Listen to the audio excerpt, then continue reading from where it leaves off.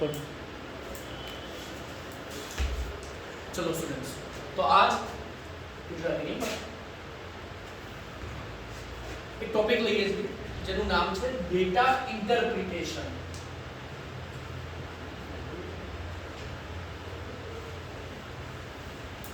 આ જે data interpretation છે ને ગુજરાતી લખીએ તો એને કહેવાય માહિતીનું વિશ્લેષણ.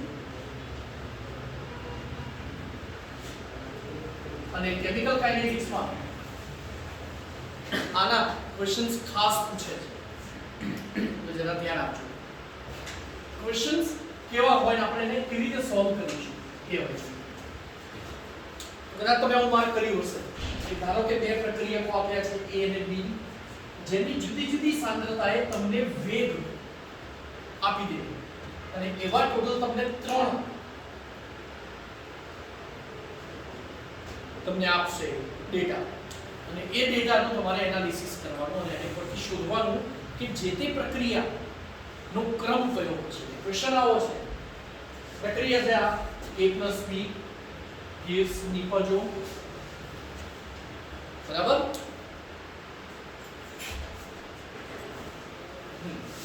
A + B gives નિપજો, અને હવે પૂછ્યું છે એવું કે આ માહિતી પરથી A અને B ના સંદર્ભમાં પ્રક્રિયાનો ક્રમ શોધો, બરાબર? તો કેવી રીતે શોધાય? જો એના માટે પહેલા ડેટા લખીએ. 0.01 મોલર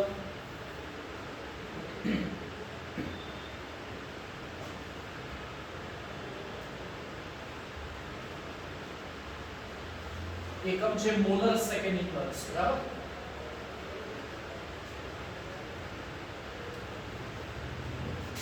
અને હવે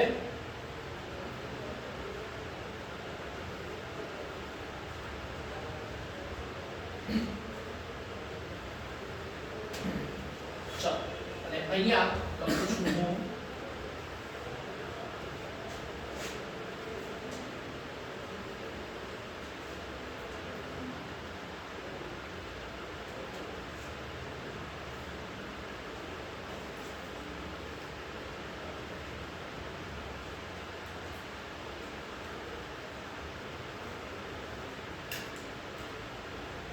એટલે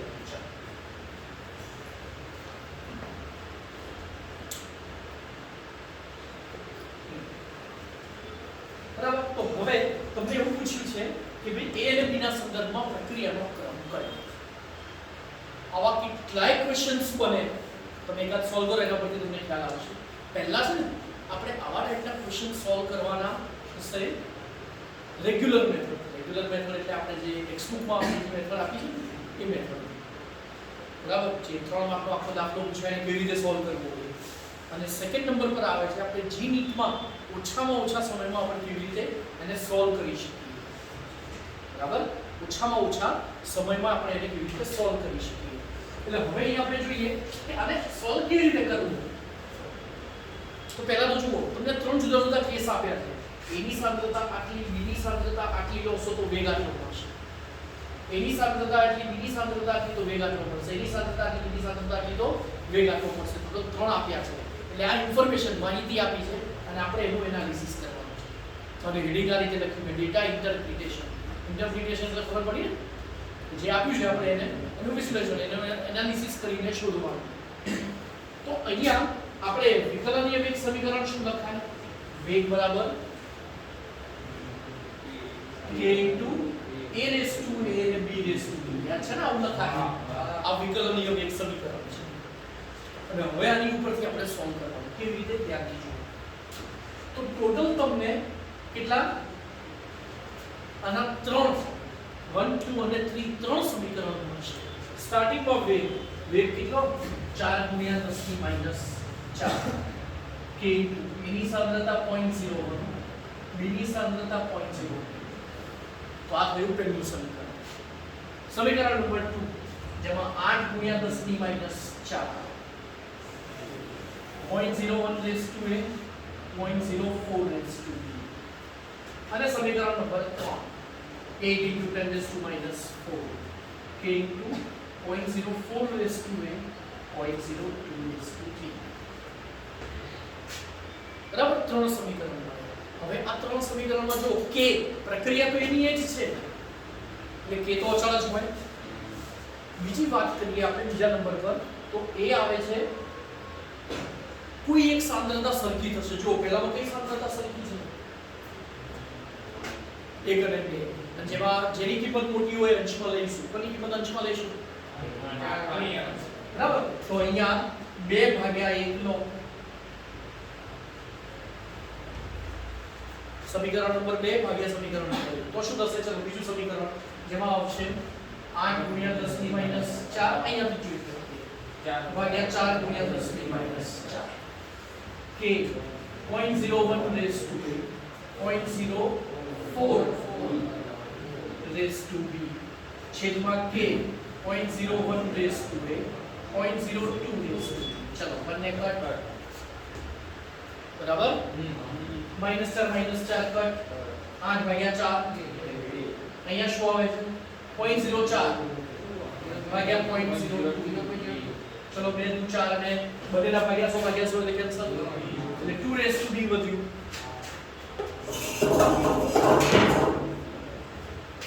તો શું થશે 2 raised to 1 equals 2 raised to b. આધાર સમાન બે આધાર વચ્ચે બરાબરની નિશાની તો આધાર પણ સમાન b બરાબર 1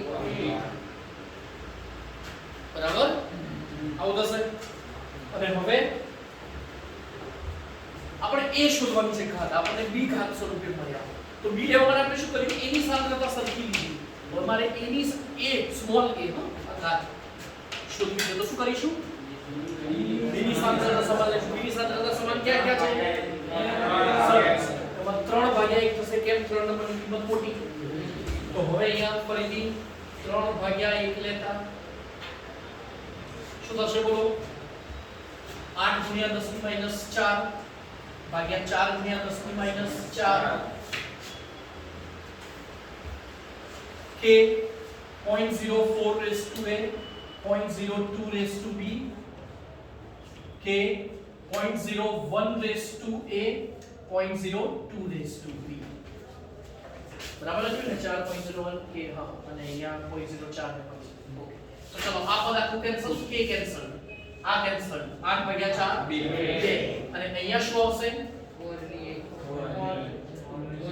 4 raised to a. હવે 4 એટલે 2 raised to a માટે 2a equals 1 માટે a equals 1/2 સમજ પડી? ચાલો હવે ધ્યાનથી જોજો. એટલે સમીકરણ શું થયું? વેગ બરાબર k * a raised to 1/2 અને b raised to 2. એટલે એના સંદર્ભમાં પ્રક્રિયાનો ક્રમ 1/2 b ના સંદર્ભમાં પ્રક્રિયાનો ક્રમ 2 બરાબર. ચલો આ તો આપણે રેગ્યુલર મેથડ થી કર્યો અને તમને જો એક્ઝામમાં પૂછે ધારો કે થિયરીમાં તો તમે આ કરવાનું. ભાઈ આપણે ભણી રહ્યા છે g નીટ એટલે એનાથી એક લેવલ અપ અને આ આપણે ઓછામાં ઓછા સમયમાં આપણે એને સોલ્વ કરવાનું છે. ઓછામાં ઓછા સમયમાં એટલે આપણે શું કરીશું? અહીંયા આ જે 3 સમીકરણ મળ્યા ને આપણને એ 3 સમીકરણમાં કશું લખવા જરૂર નથી. એમનેમ જ સોલ્વ થાય. ધ્યાનથી જોજો કેવી રીતે. ભલે ધ્યાન અહીંયા આપજો. a ની સાંદ્રતા 0.01 મોલ. ધ્યાનથી જોજો. a ની સાંદ્રતા સમાન b ની સાંદ્રતામાં 0.02 અને 0.04 એટલે આ સાંદ્રતા કેટલા ગણી થાય છે? થાય છે 2 ગણી બરાબર. અને એ રીતે જો આપણે વેગ જોઈએ તો વેગ કેટલા ગણો થયો? 4 દિયા એટલે અહીંયા 2 ગણો. એટલે હવે જો હા એક ભૂલ થઈ ગઈ. b ની કેટલી આવશે? 1 આવશે. મોટી વાર થઈ ગયા. એટલે b ની સાંદ્રતા બમણી કરતા વેગ પણ બમણો થાય છે. ધેટ મીન્સ ઘાત 1. b ની સાંદ્રતા બમણી કરો છો તો વેગ પણ બમણો થાય છે. b ની સાંદ્રતા 2 ગણી કરો તો વેગ 2 ગણો થાય છે. ધેટ મીન્સ એની ઘાત કઈ હશે? હવે જો ધ્યાન b ની સાંદ્રતા બમણી કરતા વેગ 4 ગણો થાય છે તો ઘાત કેટલી થાય? 2. હા b ની સાંદ્રતા 8 ગણી કરતા વેગ 64 ગણો થાય છે 2 8 ગણી કરતા 64 ગણો 8 નો કેટલામાં ઘાત કરો તો 64 થાય સ્ક્વેર એટલે ઘાત 2 બરાબર, એટલે જોઈને જ તમારે નક્કી કરવાનું થાય કે ભાઈ સાંદ્રતા ગમે એટલા ગણી કરો તો વેગ કેટલા ગણો થશે. સાંદ્રતા 2 ગણી તો વેગ 2 ગણો, ધેટ મીન્સ ઘાત 1. બરાબર, ફરીથી સાંદ્રતા 2 ગણી તો વેગ 2 ગણો, એટલે ઘાત 1 ડાયરેક્ટ થઈ, કશું જ લખ્યા વગર. એવી રીતે હવે અહીંયા B ની સાંદ્રતા as it is, A ની સાંદ્રતા કેટલા ગણી કરી? 4 ગણી, તો વેગ 2 એટલે એનો મતલબ શું થયો? 4 નું વર્ગમૂળ 2 થાય ને? સમજાય છે? 4 નું વર્ગમૂળ 2 એટલે એનો મતલબ એવો થયો કે અહીંયા સાંદ્રતા 4 ગણી કરો તો વેગ બમણો થાય છે, એટલે એનો મીનિંગ એવો થયો કે અહીંયા સાંદ્રતા 4 ગણી તો વેગ 2 ગણો, એટલે એનો મતલબ એવો થયો કે અહીંયા સાંદ્રતા ની ઘાત જે છે એ ઘાત 1/2 હશે, તો એની ઘાત કેટલી થશે? 1/2. બરાબર, એટલે હવે ટૂંકમાં એમ કહું, ધ્યાન થી સાંભળજો, સાંદ્રતા 8 ગણી કરો તો વેગ બમણો થાય છે, તો શું થશે? સાંદ્રતા 8 ગણી કરતા વેગ બમણો થાય છે, 1/3 ઘનમૂળ 8 નું ઘનમૂળ 2. બરાબર, તો આ રીતે આપણે બધા 1 બાય 1 આપણે ક્વેશ્ચન સોલ્વ કરીશું. તો અત્યારે તમને શોર્ટમાં સમજાવ્યું. બરાબર, સાંદ્રતા 4 ગણી કરતા વેગ 16 ગણો થાય છે, ધેટ મીન્સ 1/2 નહીં, એકલા 2. બરાબર, સાંદ્રતા 27 ગણી કરતા વેગ 3 ગણો થાય છે, ખબર પડી? સાંદ્રતા જે બી બોલો એ કૌંસની અંદર અને બહાર નીકળીને જે આવે એ ઇફેક્ટ પામીને બહાર આવે. ઇફેક્ટ પામીને ખબર પડી ને, માથે જે ઘાત હોય એની ઇફેક્ટ થઈને બહાર આવે. બરાબર, તો આજે આજના આપણે આ સેશનમાં આજ કરીશું શું કે આ રીતે તમને ડેટા આપી દેશે, પછી તમારે જાતે વિચારવાનું કે કોણ કેટલા ગણો થતા સાંદ્રતા કેટલી મળે. આ ક્લિયર? બરાબર, હવે 1 બાય 1 આપણે સોલ્વ કરીશું. લખી વાંચો.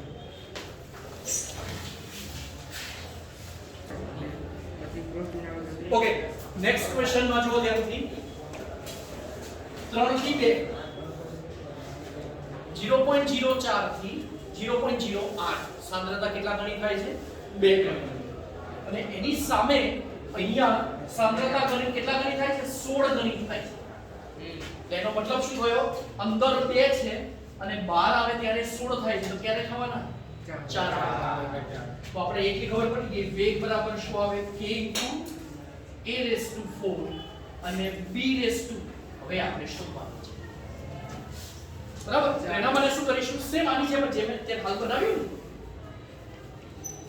એવું પેલાનું બનાવીએ.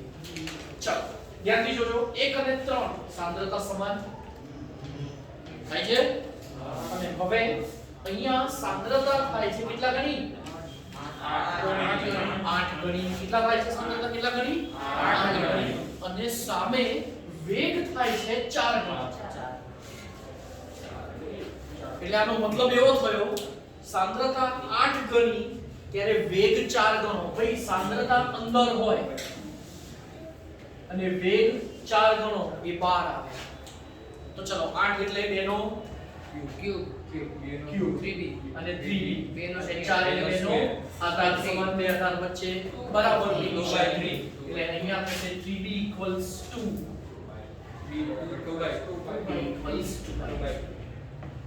બરાબર. એટલે આ લેવલ સ્ટેજ અપ થયું. પેલો તો આપણે ડાયરેક્ટ કહી દીધું આટલા ગણો આટલા ગણો, તો પણ એ આપણે એનાલિસિસ પરથી આપણે પ્રૂવ કરવા. બરાબર, હજી ફરીથી અહીંયા સાંદ્રતા સમાન એટલે ચલો a વાળું પદ કેન્સલ અને b માં સાંદ્રતા કેટલા ગણી કરી ભાઈ?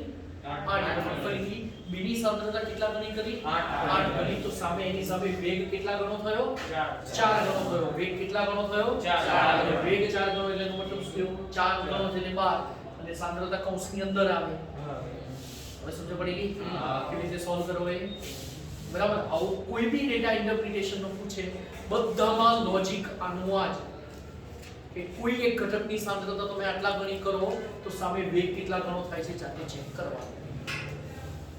બરાબર, લખી દો. ચલો નેક્સ્ટ ક્વેશ્ચન. હવે જો અહીંયા b ની સાંદ્રતા સાંદ્રતા સમાન છે અને A ની સાંદ્રતા કેટલા ગણી થાય છે? કેટલા ગણી થાય છે? 2 ગણી. B ની સાંદ્રતા સમાન, A ની સાંદ્રતા 2 ગણી, તો વેગ કેટલા ગણો થાય છે? હા, એટલે 2 નું વર્ગમૂળ 1.41. એક્ઝેક્ટ કિંમત તો 1.414 છે, પણ ચાલે. બરાબર? એટલે સાંદ્રતા 2 ગણી કરતા 2 રેઝ ટુ a વેગ કેટલો થાય છે? 1.41. બરાબર? આ ન ફાવે તો log જોઈ લો. ઈઝી. જો આ ન ફાવે તમને, બરાબર, તો વેગ જોઈએ તો log આનો જોવાનો એટલે તમારે સોલ્વ થઈ જશે. એટલે આટલું તો ખબર પડી ગઈ હશે. 2 રેઝ ટુ 1/2 એટલે 1.41. બરાબર? હા, that means a બરાબર 1/2 અને p. ચલો, તો એના માટે અહીંયા a ની સાંદ્રતા સમાન અને b ની સાંદ્રતા કેટલા ગણી? 4. તો વેગમાં કોઈ જ ફેરફાર થયો નહીં. that means 4 raised to b equals 1. ચલો, કોઈ પણ સંખ્યાની 0 ઘાત લઈએ ને તો જ શું થાય? 1. હા, કોઈ પણ સંખ્યાની 0 ઘાત લઈએ તો જ, તો અહીંયા 4 raised to 0 કહેવાય. b equals 0. સમજ પડી? બધાને ખ્યાલ આવ્યો? બરાબર? તો આ a equals 1/2 અને b equals 0. એટલે હવે તમને એટલો તો ખ્યાલ આવી ગયો છે. તો આવા તો કેટલાય દાખલા બને. બસ પેલી ઘાત સમાન જોઈ લેવાની અને ઘાત ક્યાં એક એક સાંદ્રતા સમાન લઈ લેવાની અને પછી એની સાપેક્ષમાં બીજા બધા શોધવાના. તો ભાઈ લગભગ બધા ખ્યાલ આવી ગયો છે આ મેથડમાં. એટલે જ્યારે બી આવો ડેટા ઇન્ટરપ્રિટેશન પૂછે ત્યારે તો એટલી તો શાંતિ કે ભાઈ આટલો ભાગ તો ઈઝી ફાવી જ જાય તમને. બરાબર? તો આજનો લેક્ચર અહીંયા પૂરો. નેક્સ્ટ લેક્ચરમાં બીજો આપણે આગળ સોલ્વ કરીશું.